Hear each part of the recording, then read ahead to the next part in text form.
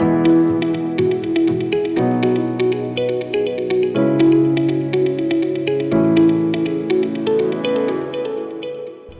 I think a lot of times when we come up with our questions, one of the first things that we take a look at, well, not just the standard, but misconceptions we've had in the past.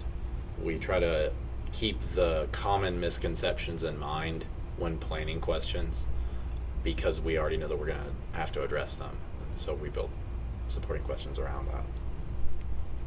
And I think too, working together as far as, what your students say or your students say, and maybe problems that I have with my students that I can learn from other perspectives. I think we've been able to really help each other develop questions and really help all of our students, I feel like.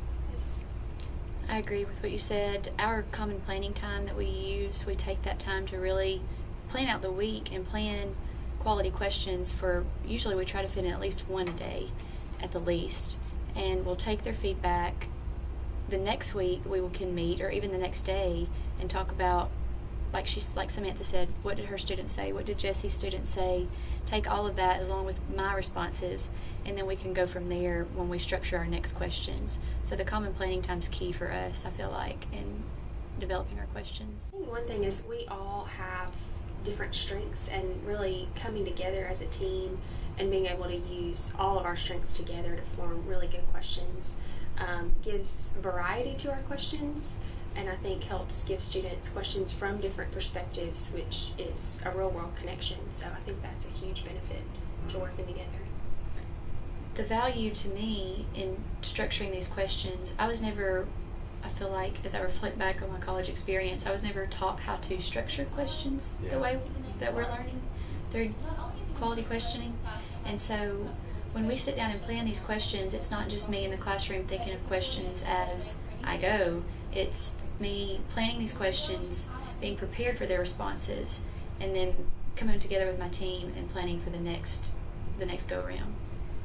I agree. I think it's easy to fall into this trap of assuming students will be able to answer certain questions but challenging them with others, only for them to not be able to answer the initial questions. And so we're able to get together and anticipate that more accurately. When we come back together after we are able to formatively assess our students, we can take their dialogue, what we were able to listen to, and realize they are not picking up on theme of this novel. They're not grasping what theme is. They're not taking the theme and applying it to a universal theme in the real world. So it hits our standards, and it lets us know where we need to go back and really dig in with the standard and then teaching that standard in the literature.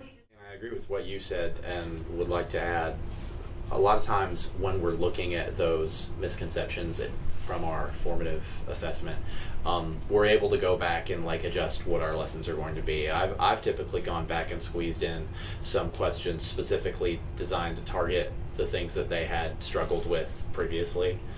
Instead of having questions that are formatted the way they would normally be, questions that are written really to trip them up on the course that they're having those problems, so that we can sit down and break that apart and talk about the errors that they're making.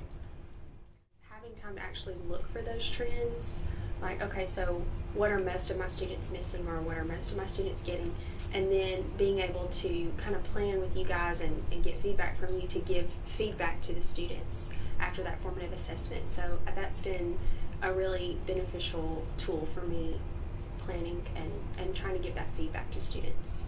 Using questioning not just for me to know if the students know something, but also for the students to realize what they know or may not know in their own self-assessment. That was something that was very evident to me today, and then other times when we've been using quality questioning, is the student knows what they want to say and how they want to express their answer, but them hearing and listening to another student activates that knowledge that they have, the prior knowledge or the answer that they're trying to get out, and the whole process of them learning how to listen and have the dialogue has been extremely helpful.